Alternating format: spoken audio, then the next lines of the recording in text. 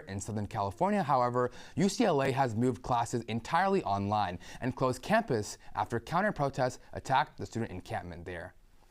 Here at Chapman, students on both sides have been speaking out. Our Dan Batson is live right in the middle of campus to tell us more. Good afternoon, Dan.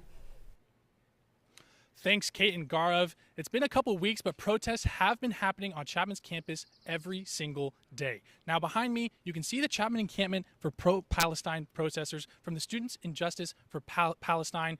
Now, it's been here since last Thursday, but it was also on that Thursday when students supporting Israel brought their event called Meet the Heroes, which brought 3 controversial figures to campus. I spoke to members of both groups on that day to hear about their perspectives on the war in Gaza. Let's take a look.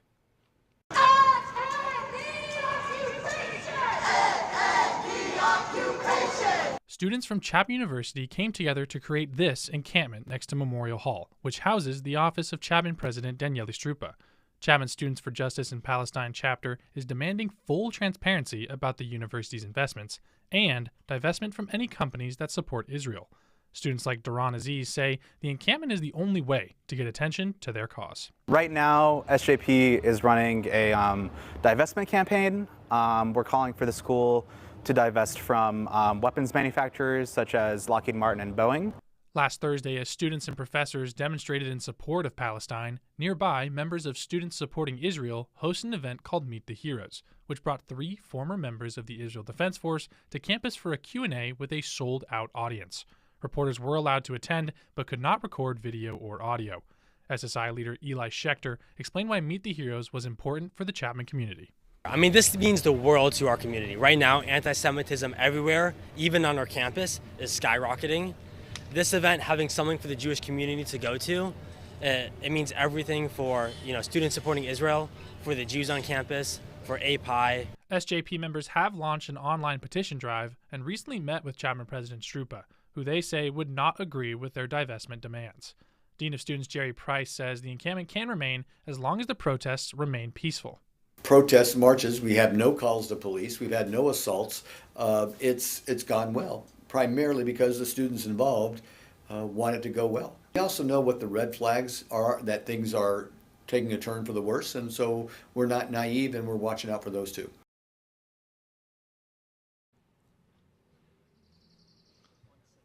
SJP members did say the Chapman administration did agree that there needs to be more education about Palestine, but they say, quote, they're pushing for the creation of a director of Middle Eastern and North African life here on campus who would advocate for students on their behalf. I'm Dan Batson reporting live here from the pro-Palestinian encampment. Back to you, Kate and Garv. Thanks, Dan. Member of UC Irvine Students for Justice in Palestine chapter have been meeting with the university's chancellor. The latest meeting was set to take place yesterday, and there has been no word on what happened during that meeting. The students' encampment protest continues, and they're demanding that UC Irvine divest from any interests that benefit Israel. UCI's commencement is still several weeks away, and the students say they will not stop their protest until their demands are met. Now the latest on the war in Gaza. Israel has taken control of the southern Gaza city of Rafah, the most vital entry point for humanitarian aid coming into the region. Israeli tanks entered the Rafah crossing between Gaza and Egypt, dimming hopes for a ceasefire.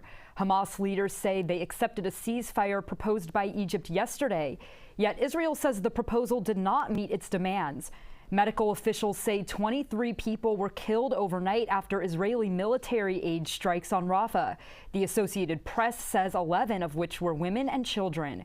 UN officials say the closure of the Rafah crossing could cause a, quote, full-blown famine in Gaza. Israeli officials say they will continue negotiations and sent a delegation to Egypt. Former Chapman University Law School Dean John Eastman is facing another restriction on his law license. Late last week, a Court of Appeals judge in Washington, D.C. temporarily suspended Eastman's license, and as a result, he cannot practice law in the District of Columbia. This comes after a similar decision from a California state court in March. At that time, a judge fined Eastman $10,000 for, quote, false and misleading statements. The judge last week denied Eastman's attempt to lift his California suspension, stating, quote, he fails to demonstrate that he no longer presents a threat to the public. Eastman is also facing charges in connection with attempts to change the presidential election results in 2 key battleground states in 2020. We turn now to a heartbreaking local story, a murder case gone cold, and a family pleading for help in finding their son's killer. I had the opportunity to talk with members of the family. Take a look. We just want justice for my son. He had a lot of goals and plans, and he never got to do it. A mother desperate for answers. Whomever killed my son, it's still out there, and they might harm someone else. Francis Morga's 21-year-old son, Joshua Cervantes' life was taken in a hit-and-run accident on this Santa Ana street corner. It's now been a year, and the family still doesn't know who killed Josh. Police continue their investigation, but Morga says they don't seem to have made much progress. They don't have any leads. They just know they got some video from from one of the residents around here. They said that it was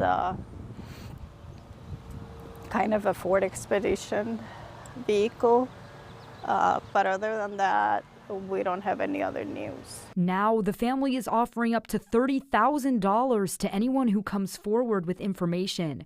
Josh and his friend Amber Kahn left a party at a house on West St. Gertrude Place sometime in the early morning hours of April 2nd, 2023. A driver struck the friends while they were standing and talking on the corner. The driver fled the scene. Amber survived but spent several days in the hospital. Josh's mom, Frances, describes her son as kind-hearted and loyal to his friends. He was an artist and planned to move out of state to finish college. I know that nothing will bring my son back, but at least I want him to have justice. A spokesperson from the Santa Ana Police Department told me that a video detailing the crime and the investigation will soon be released on the department's YouTube channel and other social media platforms. Anyone with information is asked to call the number on your screen. Coming up, toothbrushes, clothes, and blankets. Some basic necessities we may take for granted. But for one Orange County organization, they are a reminder to foster children that they are not alone. I'm Tess Martinelli. When we come back, I'll tell you how multiple tornadoes and hail the size of baseballs are sweeping through the central United States. That plus our local OC forecast coming up.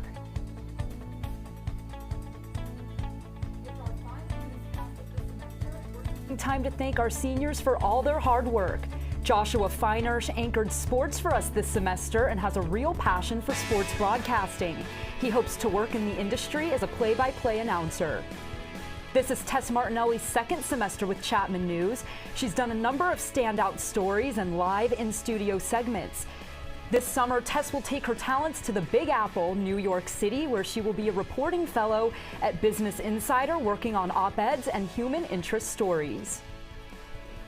Senior Kevin Broer has become an essential asset to the Chapman News team during his 2 semesters, anchoring sports and writing breaking news stories. He hopes to start his career here in Southern California. And Allison Gonzalez has done a great job as both one of the newscast directors, and she reworked our social media so that we now have an active presence. She hopes to be a full-time social media manager in the future. More senior profiles coming up. Congratulations to the class of 2024.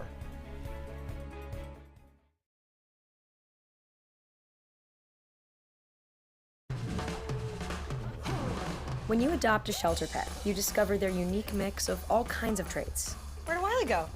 Where's Wiley? Ah, there she is. Paw? Do you remember being an ancient wolf? Do you ever feel the call of the wild? You're a renegade cop, and I'm a con woman with nothing to prove. But together, we could really solve this murder. They're a little bit of a lot of things, but all of them are pure love.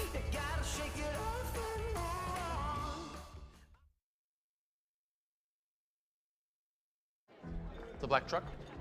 Hey, Christina from accounting. Yeah, hi. Hey, I used to date a girl named Christina. Oh, really? Yeah, and then she dumped me for my best friend. You want to see some photos of them that I took? I don't. I thought we talked about this, buddy. Buzz and overshared again? Yeah. Yeah. I'm gonna call a car. That's a smart idea. So yeah, I know, that's why I did it. Hey, you're gonna get back to the top of the mountain. Does that mean I'm gonna get back with Christina? No. Oh. No. Welcome back. Today is National Foster Care Day, celebrating families who provide care and bringing awareness to some of the struggles faced by those in the foster care system. One of those challenges is a lack of resources, but one local organization is working to fix that, one suitcase at a time. Chapman News reporter Luis Avila has the story. In these dozens of suitcases, you'll find toothbrushes, clothes, and blankets, basic essentials for some, but for others, a reminder they aren't alone. These cases are amazing. They're, number one, filled with love. Set up in her garage, Debbie Thrailkill runs My Own, A Case for Kids, a volunteer-based organization dedicated to helping foster children in Orange County. According to the County Social Services Agency, there are over 3,000 children in foster care, and they often bring with them whatever belongings they can fit into a plastic trash bag, especially in emergency situations. Thrailkill says this motivated her to help. I could not live with the fact that they carry around their belongings in a plastic trash bag, and I wanted to do something to change that. And change she has made. With the help and support of volunteers, My Own has been able to give away nearly 1,000 suitcases since it began, a little over a year ago. Thrailkill says the children who received them tell her they could not be more grateful. The response has been amazing. I get a lot of thank you cards from them, and they say things like, "I've never received a gift before. I've never received a wrapped gift or more than one gift at once, and I needed everything," which that just really touches my heart. And along with essential items, each donated suitcase comes with a message of hope. It's a note that encourages them and says, "You are amazing, you are special, and know that people love and care about you." For more information and ways you can help, visit myowncaseoc.com. Luis Avila reporting for Chapman News. Multiple women have taken Ozempic have reported unexpected pregnancies, despite their use of birth control or having a previous history of infertility. Ozempic is a prescription drug used to treat diabetes, but it has also become a popular weight loss supplement in recent years. Dr. Niloufar Fakarfar, who has prescribed Ozempic to many of her patients, says it may play an indirect role in promoting fertility. If you're using it for type 2 diabetes or if you're using it for weight loss, this could help your own insulin work better, which in turn, right, can help with balancing out some of these hormones is what they're predicting. And so if it balances it out, it's giving you a better opportunity to get pregnant. Doctors advise women to stop taking Ozempic for at least 2 months before attempting to get pregnant. Well, if you're tired of no parking stopping you from experiencing the shopping and fine dining of Old Town Orange, a new program might give you a lift. The city of Orange is planning a new microtransit service in the popular tourist area. The new program will let residents in nearby neighborhoods and visitors hitch a ride in all-electric vehicles that can carry up to 6 passengers. City officials hope that giving rides cuts down on the stress of parking in the area, stretching from the Metrolink station to health centers on Main Street. The program is scheduled to start in early 2025. The Anaheim Police Department is turning to electric options to keep officers on the road. The department is taking part in a pilot program to purchase Teslas as patrol cars. The Orange County Register reports Anaheim police say they are facing a critical shortage of patrol cars, with aging cars breaking down frequently. According to the Register, the department has 83 vehicles, but only 69 are currently operational. Police officers will be trained on using the Teslas, which are specifically outfitted as patrol cars. Data will be collected during the pilot program, which the department says it will then use to decide if it will purchase more Teslas. Another city in Orange County is requiring developers to build affordable homes to pay the city a fee. Voice of Orange reports Costa Mesa now requires developers who are building 50 or more homes to include a 10% for low-income buyers or 5% for very low-income families. Despite pressure from the state to address California's affordable housing crisis, many other Orange County cities have avoided similar mandates, with city leaders saying it would discourage developers from doing business in their cities. But Costa Mesa Council member Andrea Marr says it is the council's job to help the people who live in the community who work hard and yet cannot afford housing. Part of the responsibility of government is to essentially provide for the least among us. And so the idea of affordable housing is not to solve the entire housing affordability crisis. It's not to solve the entirety of the housing crisis in Costa Mesa or in the state. The idea is to provide some amount of housing, sort of last resort for people who really, really need it. Costa Mesa will also establish a $2.5 million housing trust to afford affordable housing. Irvine's 16,000 acres of green space helped land the OC City the third spot on Travel and Leisure's 2024 Best Places to Live for Families list. And now that green space continues to grow. Irvine recently opened 10 miles of hikeable trails within the backcountry of the Irvine Ranch. Construction on a new pedestrian bridge crossing Interstate 5 has begun. The city is calling that a, quote, gateway to the mountains with a new 700-acre nature preserve. Planning is also underway for new trails near the Pacific coast. Protections for the California steelhead trout just got stricter as the famous game fish has been placed on the California endangered species list. 92% of streams in Orange and San Diego counties have extinct populations. A supervisor with the California Department of Fish and Wildlife says water management projects are to blame for the decrease in spawning habitat. As we kind of continued in this development, we built a bunch of these big dams in the 1940s and 50s, all these water resource projects. This really removed a ton of habitat. So we were seeing kind of a decline in population. According to the National Oceanic and Atmospheric Administration, dams now block adult fish from over 90% of their historical spawning and rearing habitat. It is hoped that by placing the steelhead trout on the endangered species list, policymakers will take more action in rehabilitating damming projects and restoring trout spawning habitats. Well, Kate, I don't know about you, but after graduation, I plan on traveling to the East Coast. Well, you might have to be careful because I heard the weather is a little severe right now. Our Tess Martinelli can tell us more. Thanks, Kate and Gaurav. And that's right. Today we are seeing a series of extreme weather patterns that started on Monday afternoon and will continue to sweep through the nation until midweek. Meteorologists say the storm has caused over 250 severe weather incidents, including strong winds, hail, and a total of 22 tornadoes. I mean, take a look at the damage from the Barnsdall, Oklahoma tornado, which left one person dead and several others injured. As you can see, roofs have collapsed and the storm is still surging. Meanwhile, flooding in Texas has rivers rising to Hurricane Harvey levels, and residents are being ordered to either evacuate their homes or stay indoors for several days. Meteorologists are predicting that Indiana, Ohio, and Kentucky are at risk for tornadoes this afternoon. But moving on to our local forecast, we have a beautiful day, 73 and sunny in Orange. And going to our national forecast, keeping on the west coast, we have 65 and sunny in San Francisco, and up north in the Pacific Northwest, a little bit cooler, 57 and partly cloudy.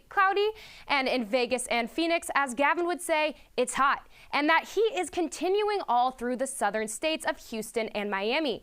Now, in the Northeast and the Midwest, it's still hot, but the weather is a little bit more unpredictable. In Minneapolis, it's going to be 71 and cloudy.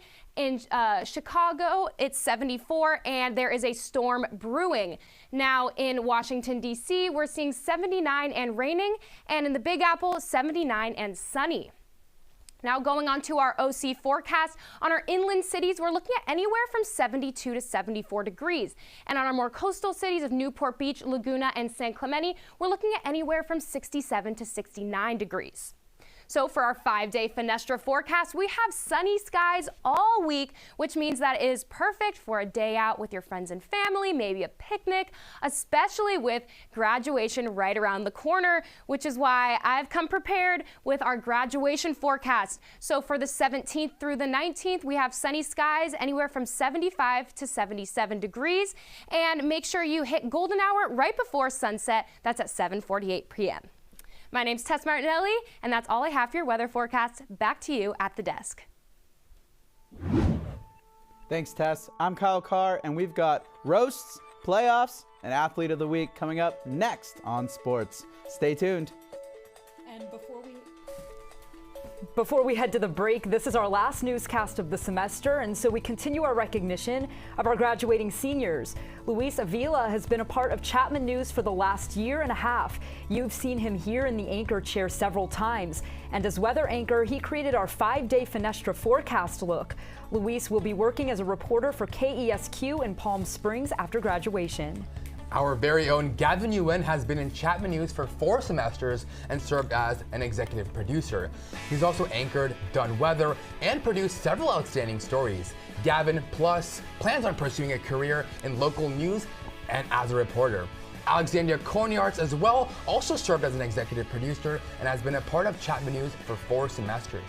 After graduation, she will work as a reporter for KXLY in Spokane, Washington. And my co-anchor today, Gaurav Chintamneedi, it's his first semester in Chapman News. He's done a great job jumping in and learning every aspect of the newscast. After graduation, he plans on working for Amazon in Washington, D.C. Congratulations to the class of 2024.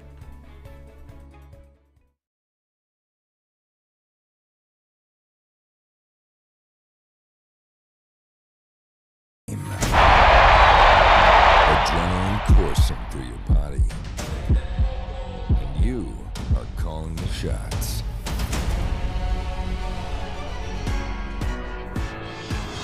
Feel the power as you control the game's narrative. From commentator to camera virtuoso, replay wizard to unyielding director. There is no better experience than being in the moment. Challenge your limits and embrace the electrifying rush that comes with the crowd's roar. You never know the epic plays you will capture and the masterpiece you could make. You could be an amateur learning on the fly or a pro wanting to expand your skills. You will always fit in. And what better place to broadcast your skills than in sports? Never knowing what is coming next and always coming across something new. Join the Chapman Sports Broadcasting Network and experience the thrill of life.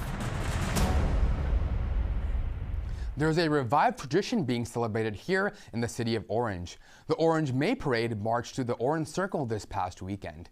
The parade goes all the way back to the 1930s, but was stopped in the 1990s due to a lack of funding. It was started up again 5 years ago. The parade is a celebration of all things Orange County, and in keeping up with the popular May the 4th Be With You trend, this year also featured a Star Wars theme.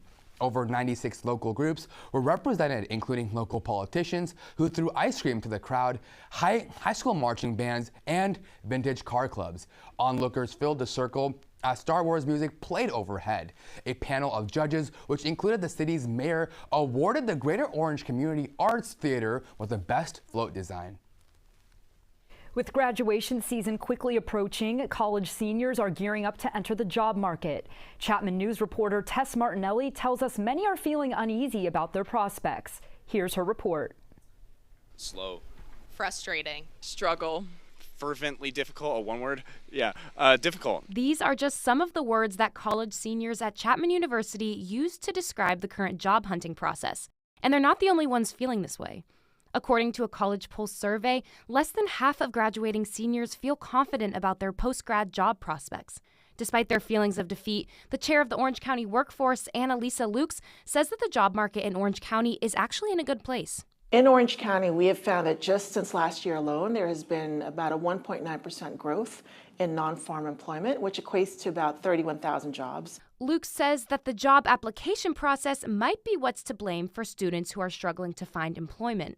College senior Missy Glover describes her application struggle. It's been really hard. I've been applying to a lot of places, but it's been really hard even like getting interviews, hearing back from places. And it just feels like a lot of applying and putting in effort. And I'm not seeing anything back out of it. The feeling that Missy describes might be due to the use of AI in the recruitment process. More specifically, perhaps using AI to filter applications and making sure that there's a match. AI can help companies find employees, but it can make applicants feel less in control, meaning networking is more important than ever. Leverage any opportunities and networks they might have access to, including the Chapman Career Center, certainly the Orange County Workforce Development Board, and see how, if at all, we might be able to assist them with the process. But don't give up. This is Tess Martinelli reporting for Chapman News. Members of Chapman's track and field team are reeling after their coach was fired last week for undisclosed reasons. Third-year head coach Neil Houlihan was let go on Thursday, and several members of Chapman's track and field teams have protested the decision, including covering Chapman logos at a meet over the weekend. Most are simply confused at the move. Though junior Sam Thompson says he's been aware that Chapman administrators had issues with Houlihan's unconventional nature. But there were just 3 meets left in the season. The move also shocked him. I felt betrayed. I mean, I knew the athletic department, wasn't always the most fond of the way we operate and how much time we spend working on ourselves and on improving for the sake of this school.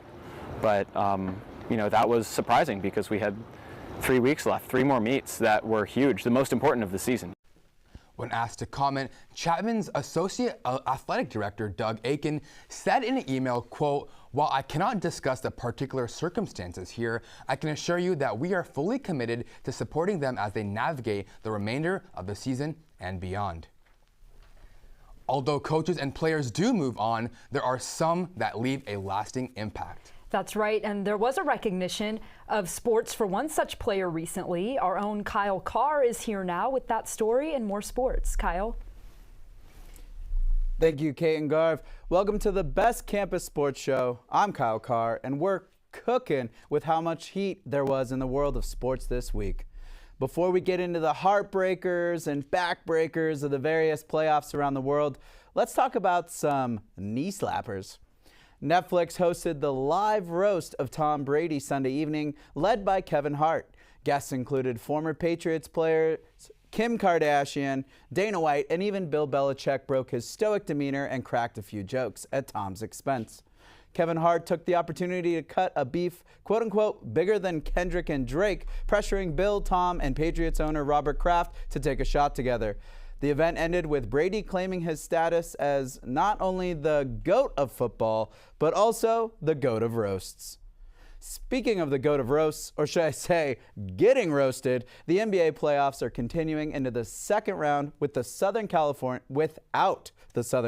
teams, The Lakers put it all on the line in Game 5 against the Denver Nuggets, led by LeBron James and Anthony Davis. James had 30 points, and Davis led the team in rebounds with 15, 12 of which were in the defensive half. The effort would not be enough in a back-breaking finish as Jamal Murray lands a jumper with only 3.6 seconds left in the game. Denver is now down 2 games to the Minnesota Timberwolves. As for the Clippers, they took Dallas to a Game 6, but couldn't top the Mavericks. Although heading into the second half down by 2, the Mavericks surged to the lead quickly in the third quarter and never gave it up again. The Mavericks, led by Kyrie Irving's 30 points, walked away with a 114-101 final.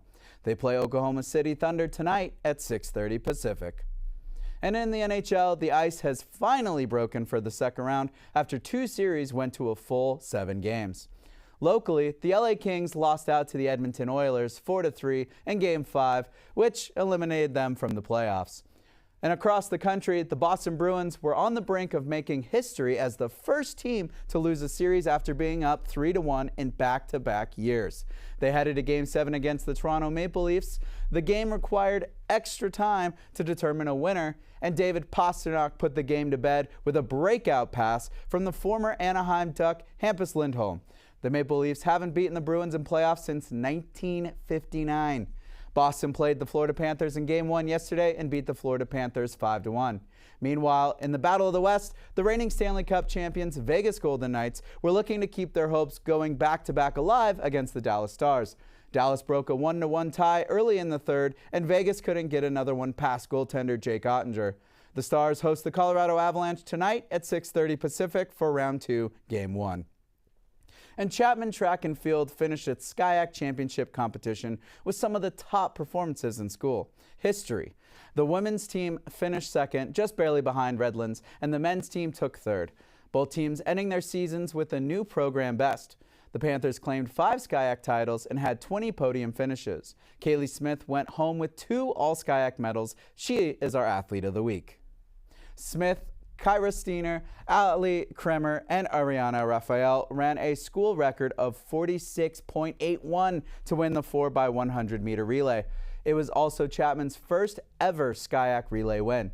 Smith also placed third in the 200-meter dash and second in the 400-meter. The broadcast journalism and documentary junior currently holds the record for the 4x4, 4x1, and 400-meter. Smith played lacrosse in high school and had to adjust to a new sport at Chapman.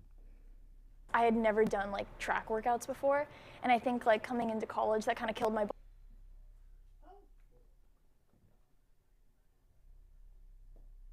Sorry folks, having a couple technical difficulties, but the Panthers have several athletes in position to earn an invite to the NCAA Division III Championships in a few weeks. The team will compete next in the CUI Last Chance meet in Irvine on Friday. And it's been an honor and a privilege to work and study alongside those like Kaylee Smith and the rest of the wonderful students here at Chapman. Although this is my last time with Chapman News, the memories and lessons I've learned here will never disappear. The final time on the Best Campus Sports Show, I'm Kyle Carr. Thanks, Kyle. I'm Gavin Nguyen, and after the break, Good News with Gavin returns. You'll see how one OC City drew crowds this weekend in a first-of-its-kind event. Stay tuned. As our final newscast of the semester nears its end, we would like to thank a few more of our seniors. This is Dan Batson's first semester in Chapman News, and he's done a great job in several roles, including news and sports anchor and live reporter. After graduation, Dan plans on helping his parents move to Santa Monica and begin working. Kyle Carr, our sports anchor today, has also made many great contributions to Chapman News, both in front of and behind the camera. He plans to pursue a career in sports broadcasting after graduation. My wonderful co-anchor today, Kate Robinson, is in her first semester as Chapman News. She has produced some great stories and feature reports. After graduation, Kate will be a regional field director for a U.S. Senate campaign in Arizona.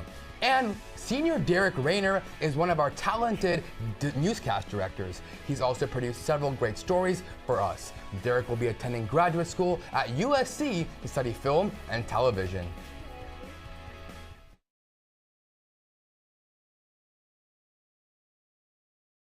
We're Chapman News, and this is our newsroom.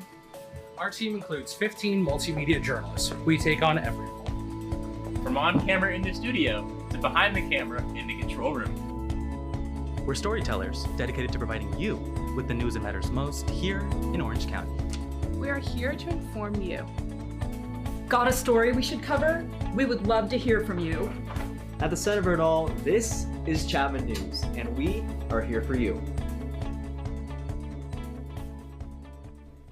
Police say a security guard was shot and injured early this morning outside Drake's Toronto home. The security guard is in the hospital and said to be in a serious condition. Police say multiple suspects fled the scene and the motive for the shooting is unknown at this point. Drake has been involved in an intense online feud with fellow rapper Kendrick Lamar, but police told reporters today they don't know if the shooting is related to that. In case you're unfamiliar with the Drake-Kendrick Lamar feud, Chapman News reporter Joshua Feinersch has the backstory now, along with a sampling of Chapman student opinions on the feud. Drake or Kendrick Lamar? Look, I got to be honest, right? I think musically wise, I think I got Drake winning that. Drake or Kendrick Lamar? Easily Kendrick Lamar. Drake or Kendrick Lamar? Kendrick. Kendrick, 100%. Drake and Kendrick Lamar.